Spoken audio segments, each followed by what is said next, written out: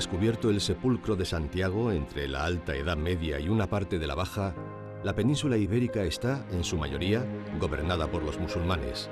Solo el norte más próximo a la costa es la ruta por la que los cristianos pueden caminar sin miedo.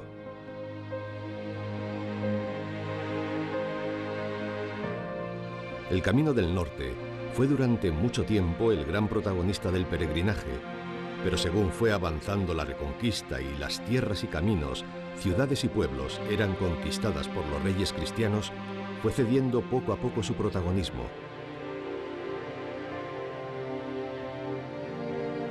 En nuestro recorrido de hoy seguiremos ese camino que en buena parte bordea el mar, aunque de vez en cuando visita el interior de estas tierras camineras para contemplar mugas y términos cargados de historia o descubrir lugares imposibles donde todo es posible. Hondarribia, la ciudad amurallada que fue la llave para entrar en Castilla. Pequeños grandes puertos patria de hombres que vencen a diario un mar respetable. Islas de cine. Guernica, la villa cuya tragedia lloró todo el mundo.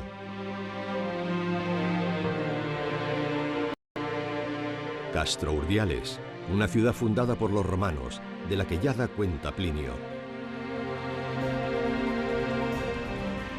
Una santillana del mar que, sin mar, custodia la Capilla Sixtina del arte rupestre. Liébana, donde el tiempo parece detenerse.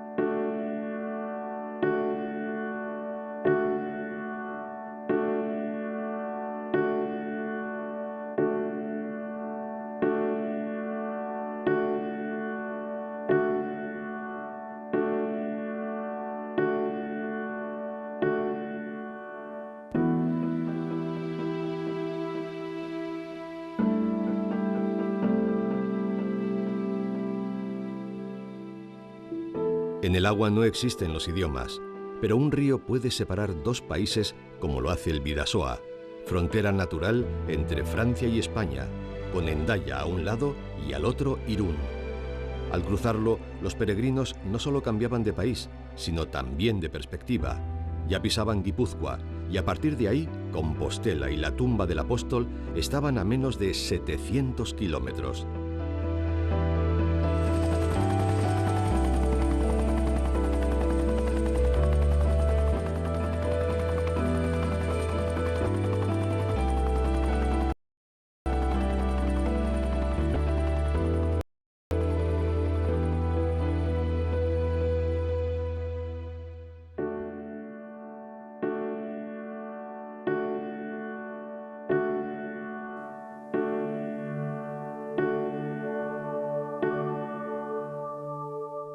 Para que no haya duda sobre el carácter de la ruta, hay que apresurarse a decir que el puente internacional se llama de Santiago.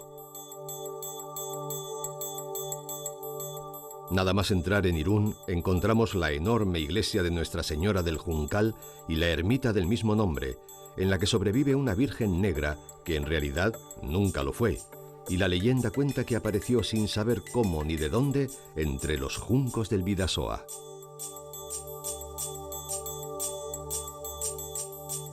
La llegada a la antigua villa medieval de Fuenterrabía u Hondarribia, considerada en tiempos, debido a su posición estratégica, la llave para entrar a Castilla, está anunciada por la visión de sus murallas y su bahía.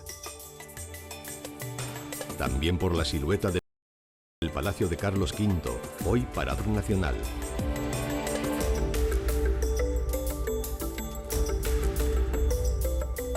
Entrando a la ciudad por la Puerta de Santa María, nos abrimos paso hacia la calle Mayor y el Casco Viejo.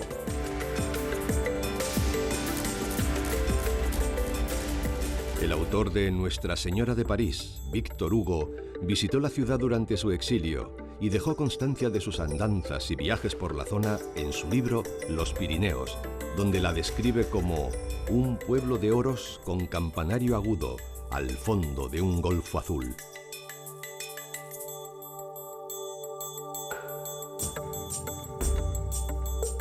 Dirección Donostia, pasamos ante el santuario de Guadalupe, del que son devotos los marineros, que dan por buena la leyenda de que su Virgen gótica, del siglo XV, fue el antiguo mascarón de proa de algún navío hundido, antes de que la encontrasen unos pastores alertados por la luz cegadora que emitía. Luego, toca ascender al Heizkibel. El monte es una joya geológica desconocida, pero que no pasa desapercibida en cuanto se la intuye. El peregrino o peregrina tal vez esté interesado en saber los más de 4.000 millones de años que tiene la tierra que pisa. En la bahía Pasaitarra, creada por el mar y rodeada de montañas, se cuentan historias legendarias de marineros vascos y peregrinos de toda Europa. Es un puerto que tiene una historia bastante interesante porque era el puerto de los grandes galeones, sobre todo de aquellos que partían de aquí a Terranova, tanto a pescar bacalao como a cazar ballenas, y esos grandes galeones se construían aquí, sobre todo aquí, ¿no?, en Pasaia. Y este espacio es Albaola, es la factoría de la cultura marítima, así la llamamos, Itsas Kulturfaktoria en euskera, y es un lugar donde lo que hacemos es recuperar ese pasado. Por aquí pasa el camino de Santiago, el de la costa, que estuvo abandonado durante mucho tiempo y se ha recuperado.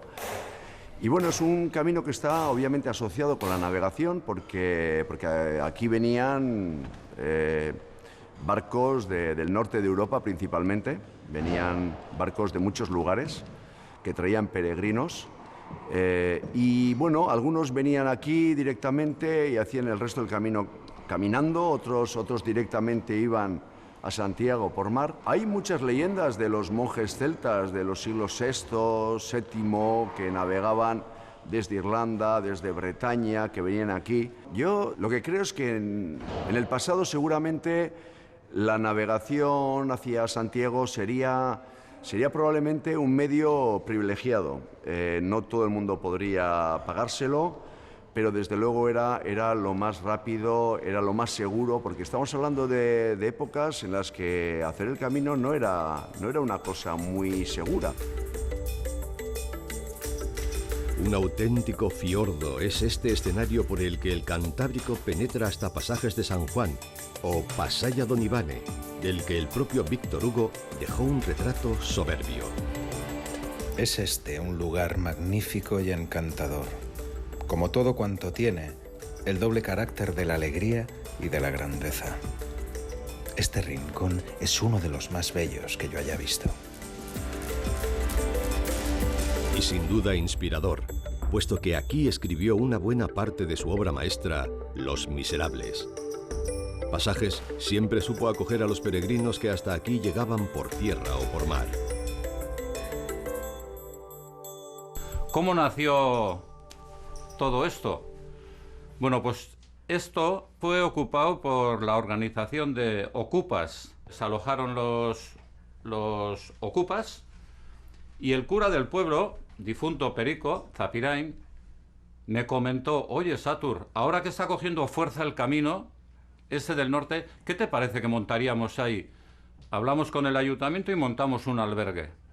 Bueno, y así fue. Y aquí nos pusimos allá por 2009, abriendo desde marzo a octubre y recibiendo con todo agrado a peregrinos.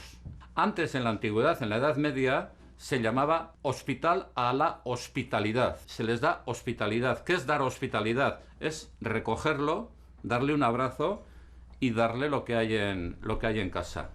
Hospitalidad. Y este tiene el nombre de Hospital de Peregrinos. Hay una anécdota pequeñita. Cuando esto abrimos y la gente del pueblo leía hospital y me decía: Satur, ¿pero qué tenéis ahí arriba? ¿Enfermeras, médicos, cirujanos? Si en los siglos XVI y XVII era obligado para el peregrino tomar un batel para cruzar la bahía, hoy la travesía es un regalo que permite sentir la brisa marina en el rostro y contemplar cómo las escarpadas laderas del Jaizkibel y el Uría abrazan el mar. Aquí se ha modernizado todo, pero el paso es el paso. El camino seguirá siendo siempre el camino. Les hace ilusión porque pasan en barco por primera vez y me parece que no hay otra etapa con barco hasta San Vicente de la Barquera. Entonces me piden a ver si les puedo sellar la compostelana, pero no tenemos matasellos de eso. Solo son 100 metros, pero es curioso.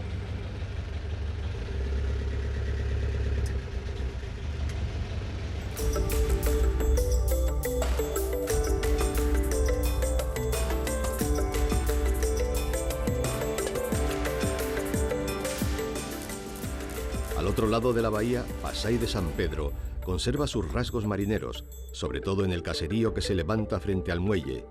En sus angostas calles se encuentra el peregrino con la iglesia de San Pedro, levantada en el siglo XV gracias al dinero de sus pescadores.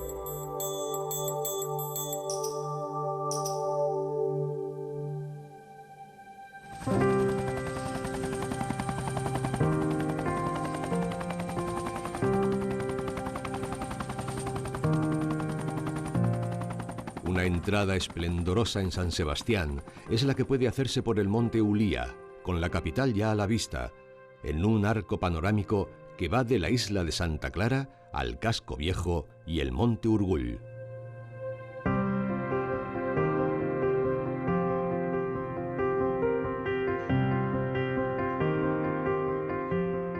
Las primeras noticias de Donostia provienen del siglo XI y se refieren a un monasterio que ocupó el lugar que se había usado como punto de observación del paso de las ballenas. El nombre a la ciudad se lo dieron los peregrinos que se alojaban en un hostal que hubo a orillas del río Urumea, junto a la antigua muralla que protegía la vieja Puebla y que siglos más tarde fue destruida.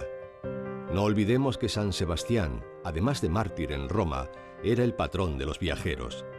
El poeta Gabriel Celaya, que nació aquí, la define: esta ciudad abierta, puramente ideada. Esta ciudad no dada, sencillamente humana.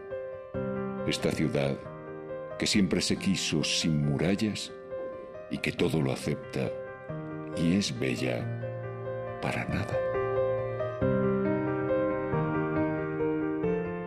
Hay mucho que ver en San Sebastián, desde sus célebres playas urbanas hasta la Basílica de Santa María del siglo XVIII, donde se encuentra la patrona de la ciudad, la Virgen del Coro.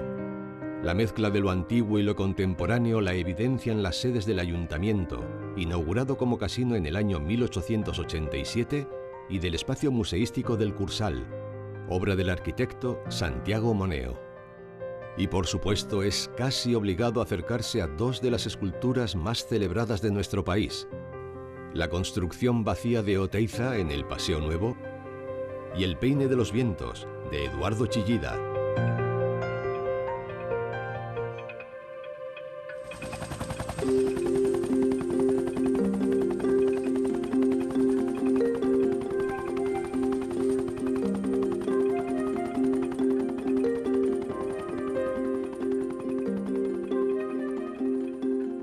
Orio, puerto pesquero famoso por sus traineras, contaba en el siglo XVI con un convento de trinitarios llamados Amparadores de Peregrinos, tal vez porque los reyes católicos habían dejado ese paso exento del pago de un maravedí por alojamiento.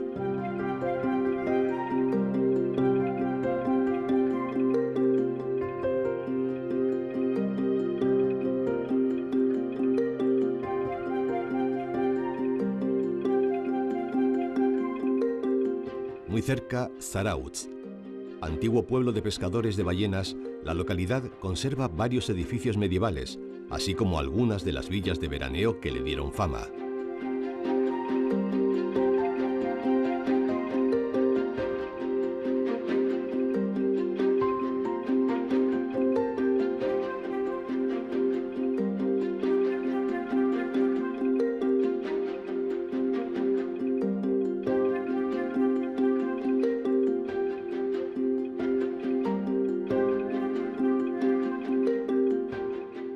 Al lado, Guetaria, la patria chica de Juan Sebastián Elcano, el primer marino en dar la vuelta al mundo, y de Cristóbal Valenciaga, que revolucionó la moda del siglo XX. El monte de San Antón, conocido por su forma peculiar con el nombre de Ratón de Guetaria. Es, gracias a su ubicación geográfica, una atalaya desde la que divisar a los enemigos y avistar el paso de las ballenas. Guetaria fue y es un hito del Camino de la Costa, pues contó en tiempos con 2 hospitales.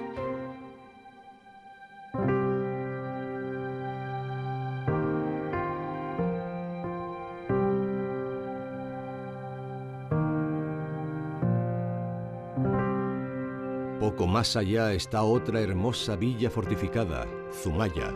Situada en la desembocadura del río Urola, ofrece notables vestigios jacobeos, como la ermita de Santiago, situada junto a la playa y vecina del museo del pintor Ignacio Zuloaga, nacido en Éibar, que alberga cuadros suyos de Goya, El Greco o Zurbarán.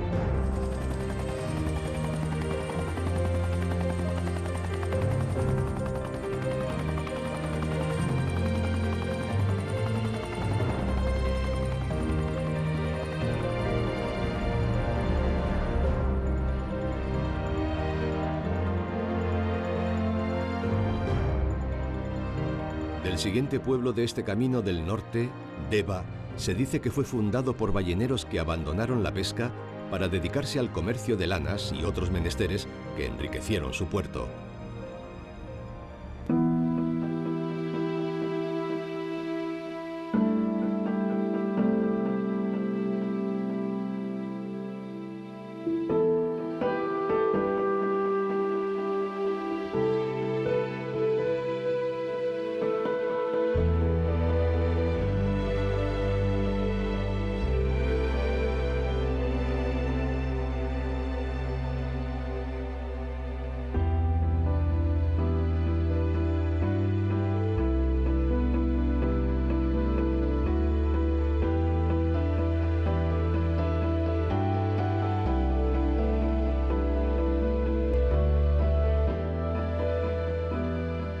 Siguiendo la línea del mar, alcanzamos Mutriku.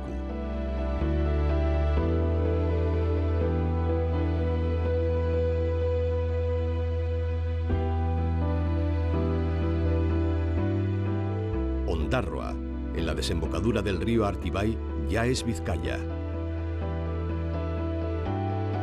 Pueblo de historia medieval y marinera, sus calles estrechas y empinadas, amontonadas sobre la ladera, y su puente viejo son testigos de su recia personalidad.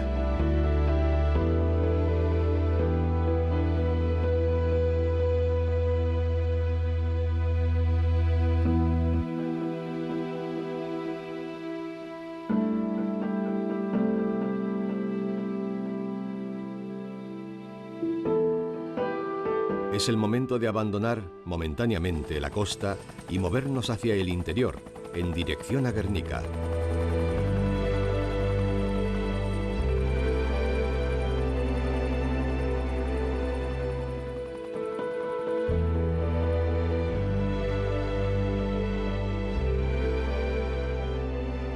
Pasamos por Marquina Xemain, con la iglesia de Andramari, del siglo XVI, uno de los monumentos religiosos de mayores dimensiones del País Vasco.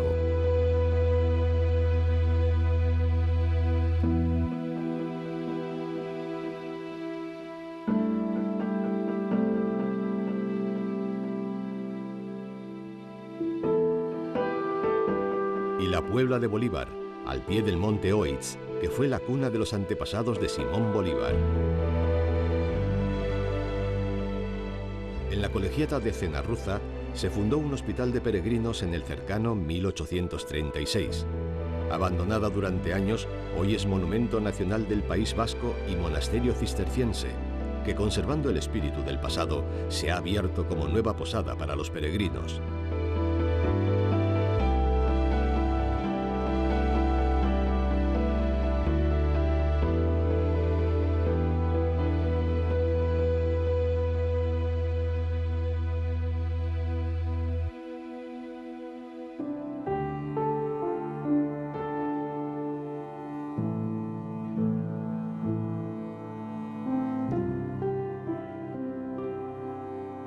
Se impone regresar a la costa para alcanzar la isla de Gaztelugatxe, en Bermeo, donde hubo un hospicio para peregrinos y hay ciertas marcas con forma de huella distribuidas en diferentes puntos, que la leyenda dice que son algunas de las pisadas que dejó el propio Juan el Bautista, cuando al pasar por el litoral quiso tocar tierra en aquel sitio.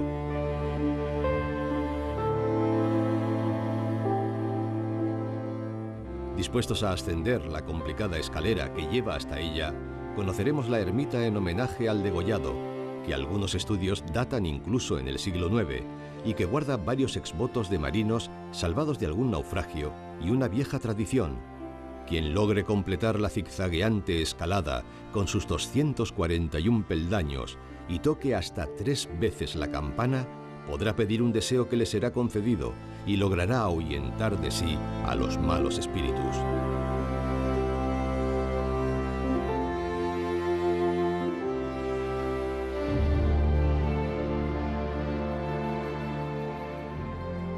Hoy en día se ha hecho conocido mundialmente por ser el escenario natural donde se rodaron algunos episodios de la serie Juego de Tronos, en la que se convertía en la fortaleza Rocadragón.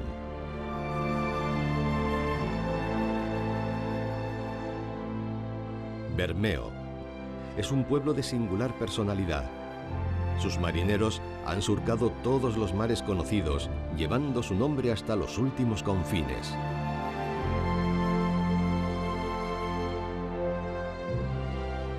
El río Oka, nacido en el cercano monte Oitz, regala en su desembocadura a Mundaka una zona de amplias marismas y un estuario con extensos arenales. La UNESCO declaró la zona Reserva de la Biosfera, entre otros motivos por ser un lugar en el que las aves que huyen del frío del norte de Europa se refugian y descansan antes de volar hacia el cálido sur.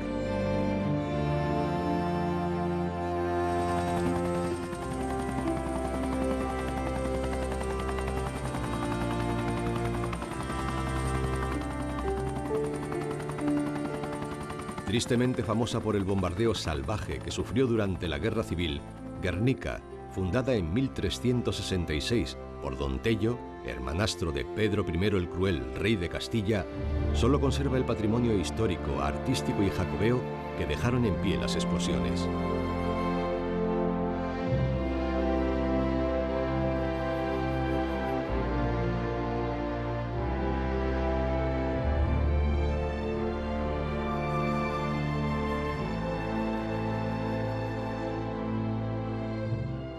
Y 2 piezas de gran calibre escultórico. El Monumento a la Paz, obra de Eduardo Chillida,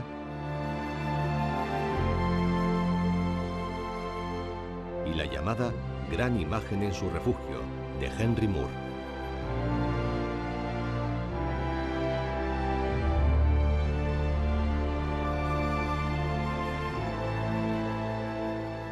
Y por supuesto, resulta obligado ver el roble a cuya sombra firmó Fernando el Católico los fueros de Vizcaya.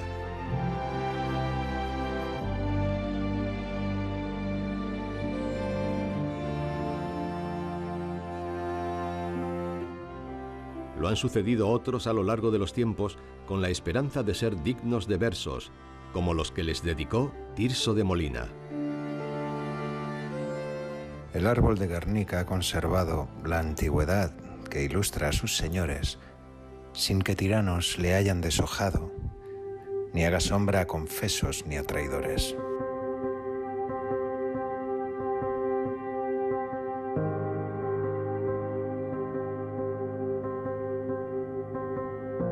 Tras alcanzar Derio y el monte Archanda, entramos en Bilbao, que antes de ser una ciudad era un sitio donde se rendía culto al apóstol Santiago, a orillas del río Nervión.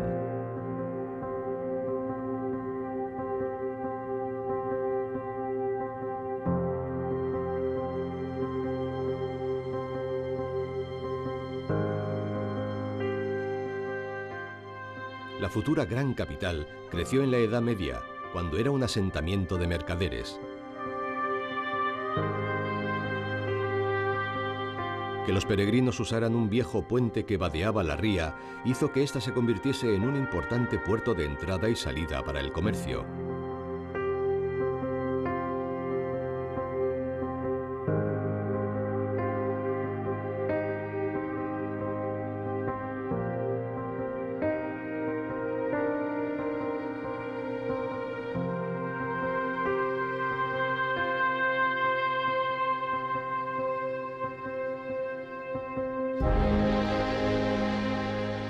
El núcleo urbano creció a partir de la margen izquierda. Comerciantes, agricultores y marineros vieron surgir los primeros edificios y las primeras calles.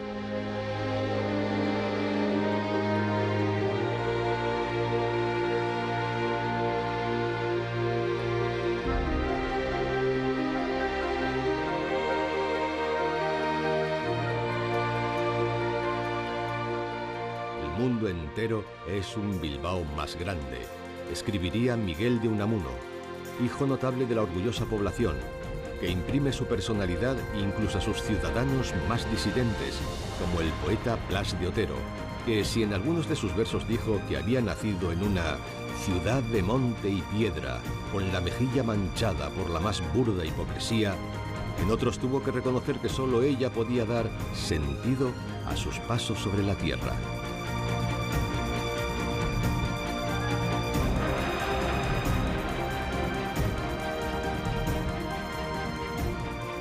Bilbao hoy es una ciudad abierta, luminosa, cuando lo permite la lluvia, cuyo símbolo más internacional es el Museo Guggenheim.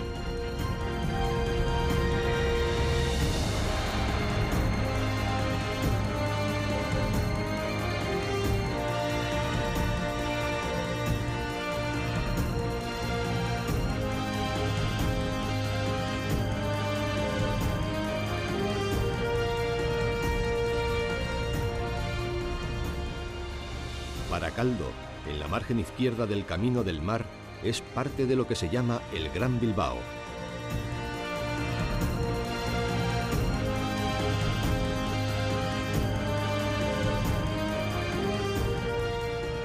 A su lado, Sestao es el otro gran foco industrial de la zona. Y Portugalete, antigua villa medieval amurallada que al parecer causó la admiración de los reyes católicos cuando pasaron por ella. Hoy tiene como símbolo su famoso puente colgante, que fue el primero de su clase en el mundo, y guarda en la iglesia de Santa María del siglo XIV una imagen de Santiago Matamoros en la batalla de Clavijo.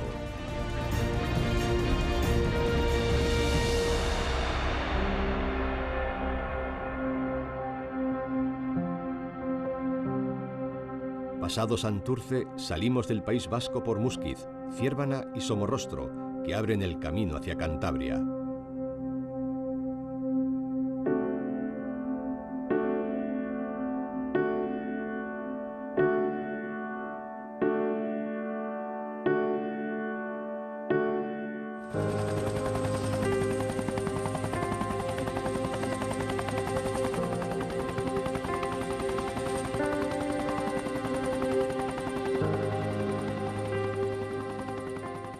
Castrourdiales fue un asentamiento prehistórico, donde los romanos fundaron después una ciudad y un puerto, que con el tiempo, poblado de pescadores, se convirtió en lugar de paso obligado para los peregrinos. Su iglesia gótica de Santa María de la Asunción del siglo XIII se alza sobre un acantilado al lado de su castillo, uno de los pocos que quedan en la región.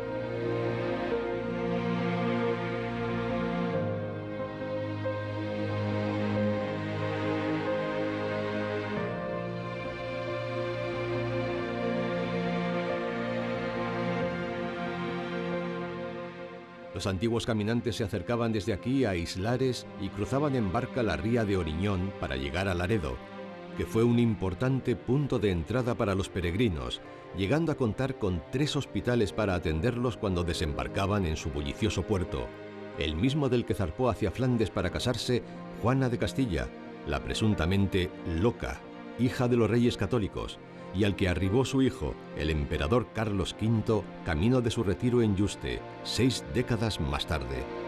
Su llegada se celebra cada año.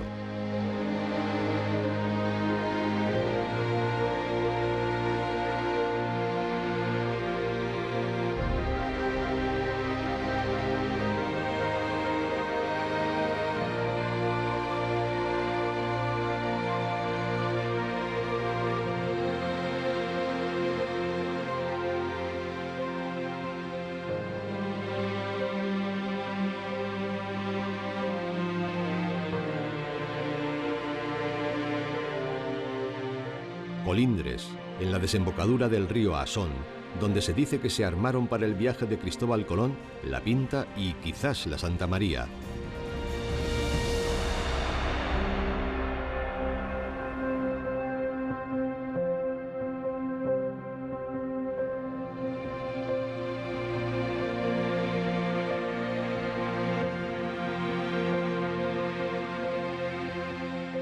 En una colina cubierta por un encinar se encuentra el monasterio franciscano de Monteano, que parece mirarse en la distancia con el de Santa María del Puerto, ya en Santoña.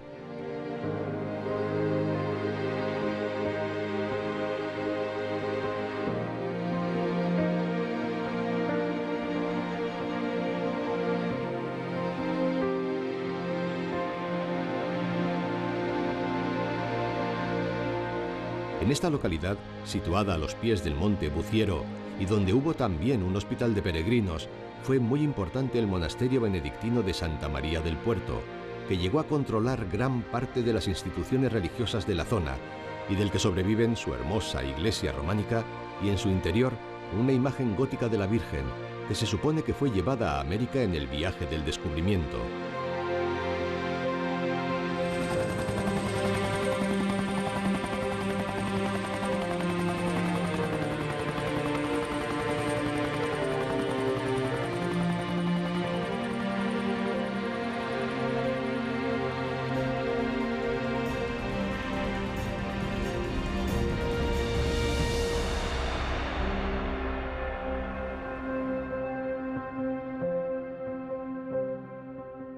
Pasados Escalante, Noja y el Cabo y Faro de Ajo, Somo nos permite atisbar, al otro lado de la bahía, la ciudad de Santander.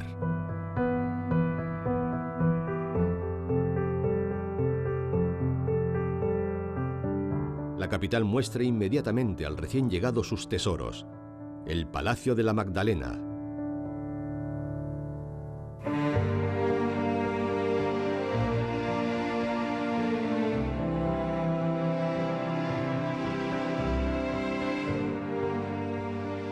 el Gran Casino del Sardinero y el Hotel Real, la Catedral de Santa María de la Asunción,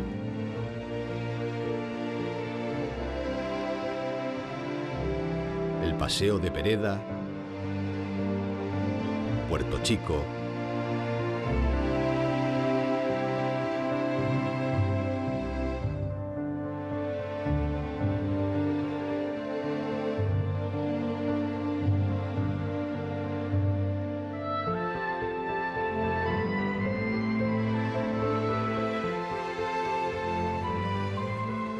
y pronto dan ganas de hacer lo que hacían los peregrinos del pasado, tomarse con calma la ciudad.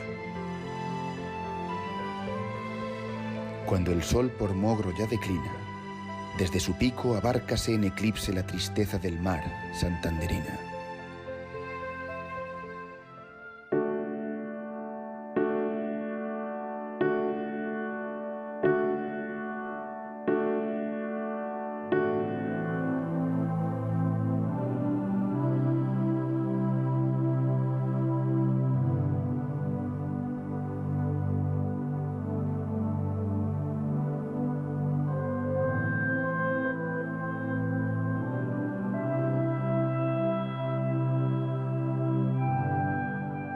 Yo soy trabajador social y tengo un cometido muy concreto en la prisión del Dueso. Formo parte de la Junta de Tratamiento y hago mis labores ahí de informes y de trabajo social y tal.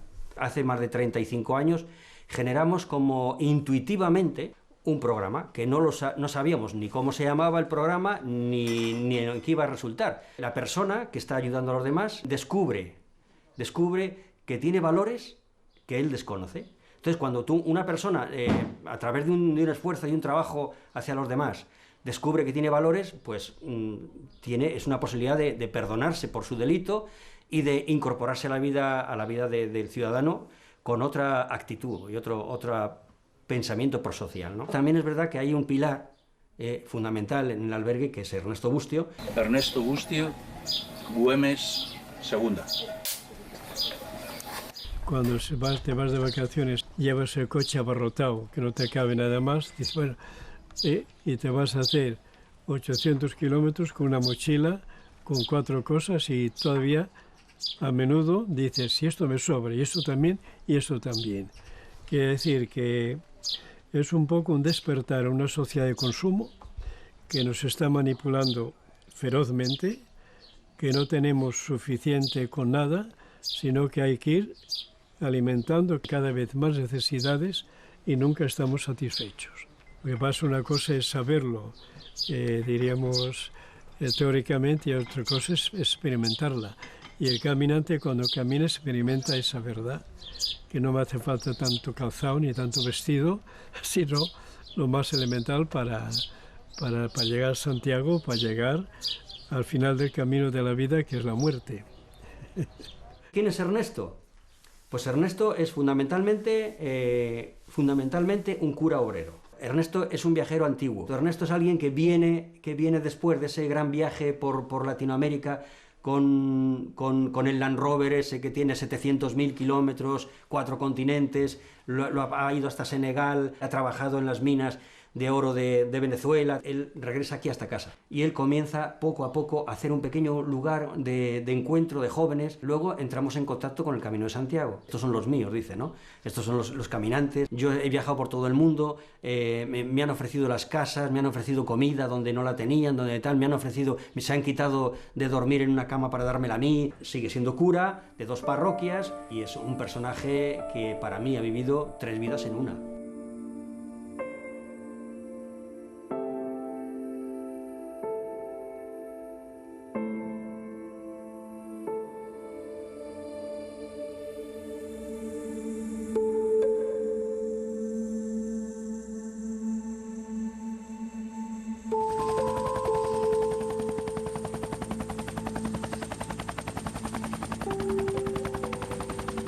Seguimos por paisajes majestuosos que constituían una ruta peligrosa para los peregrinos, pero que son hoy un regalo para los sentidos.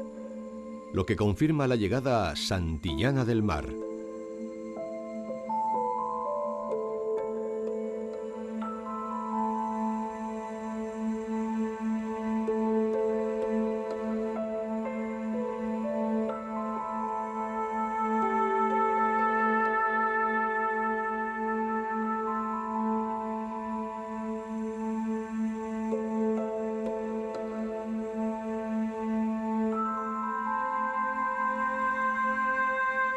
Aquí encontramos la colegiata de Santa Juliana, de la que surge por contracción el nombre de la localidad.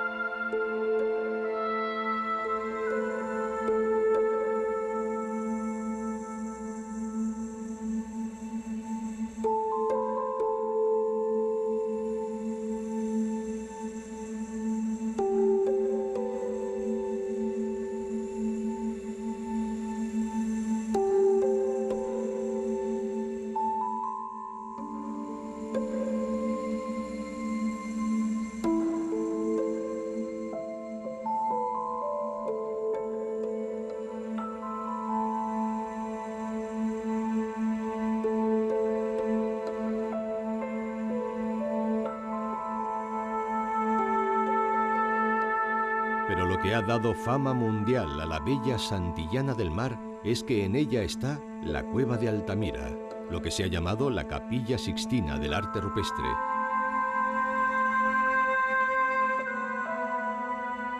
Se ha abierto en un museo una réplica exacta que da una idea muy aproximada del sitio real, en el que, como dice una vez más el poeta Diego, sentimos que estamos rodeando una fábula de escudos, Santillana sin mar.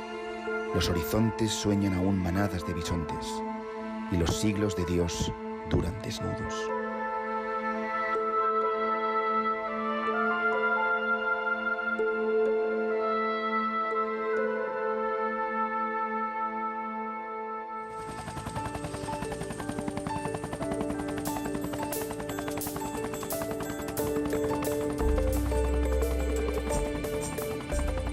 Agotando ya las últimas etapas de nuestro paso por Cantabria, llegamos ahora a Comillas, conocida con el sobrenombre popular de la Villa de los Arzobispos por la cantidad de personalidades eclesiásticas surgida de su antigua universidad pontificia.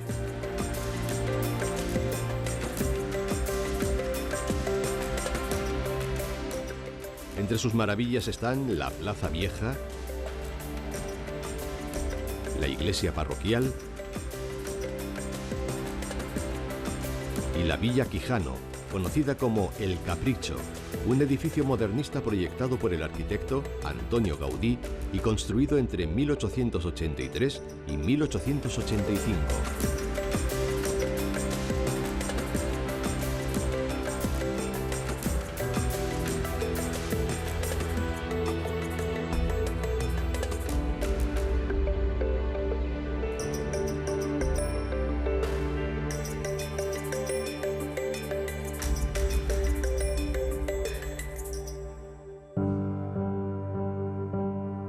Llegamos ahora a San Vicente de la Barquera, que según nuestro poeta vive en equilibrio entre la vela, la muerte y el sueño. Para visitar el santuario de Nuestra Señora, cerca de la entrada al puerto, y el sugestivo casco histórico que se concentra en un risco bajo el cual se extiende la villa marinera.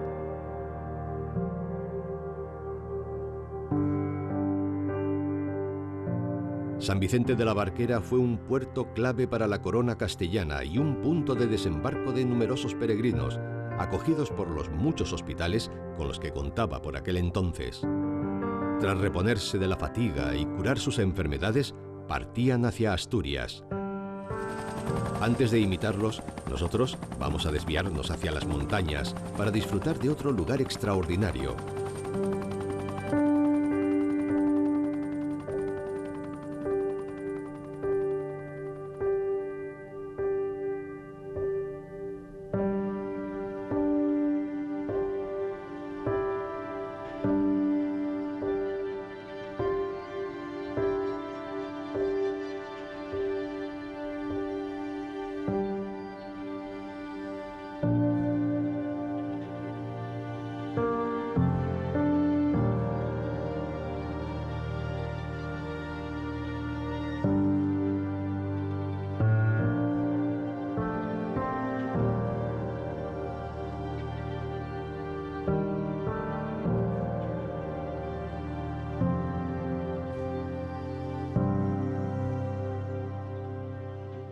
El monasterio de Santo Toribio de Liébana, casi escondido entre los árboles del monte de la Biorna, final de etapa para muchos peregrinos a lo largo de los siglos.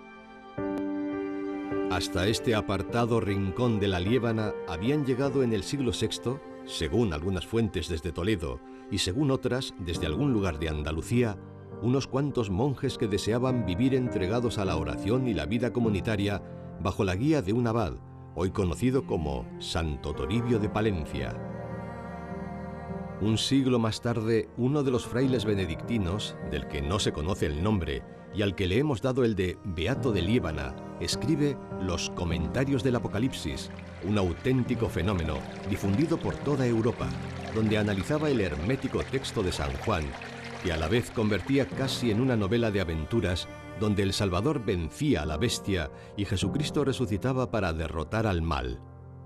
Su otro gran éxito fue el O Dei Verbum, con el que se oponía con uñas y dientes a las teorías del arzobispo de Toledo. Al hacerle frente, se convirtió en el primer ideólogo de la Reconquista y, de paso, en pionero al reivindicar la figura del apóstol Santiago como guía del cristianismo y ayuda divina para sus ejércitos. 3 décadas más tarde, en el año 813, se descubrió el sepulcro del santo en Compostela.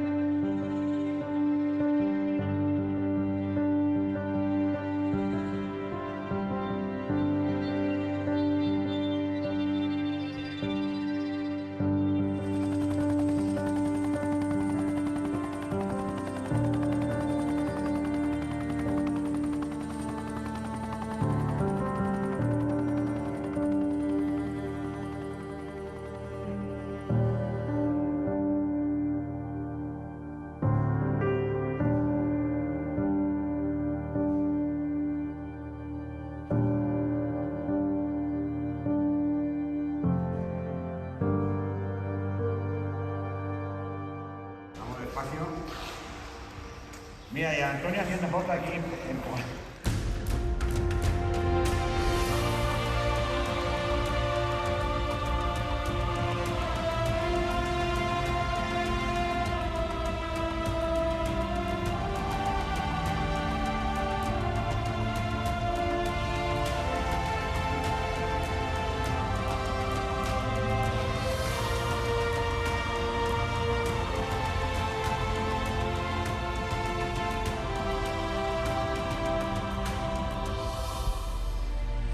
El camino nos ha traído hasta el reino encantado de los picos de Europa. 300 millones de años han sido necesarios para que estas montañas presenten su actual topografía.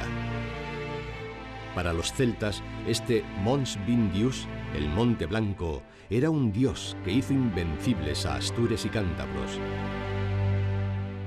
Un autor anónimo escribía en el año 1913: «La tierra no vive sin un alma que la sepa vivir».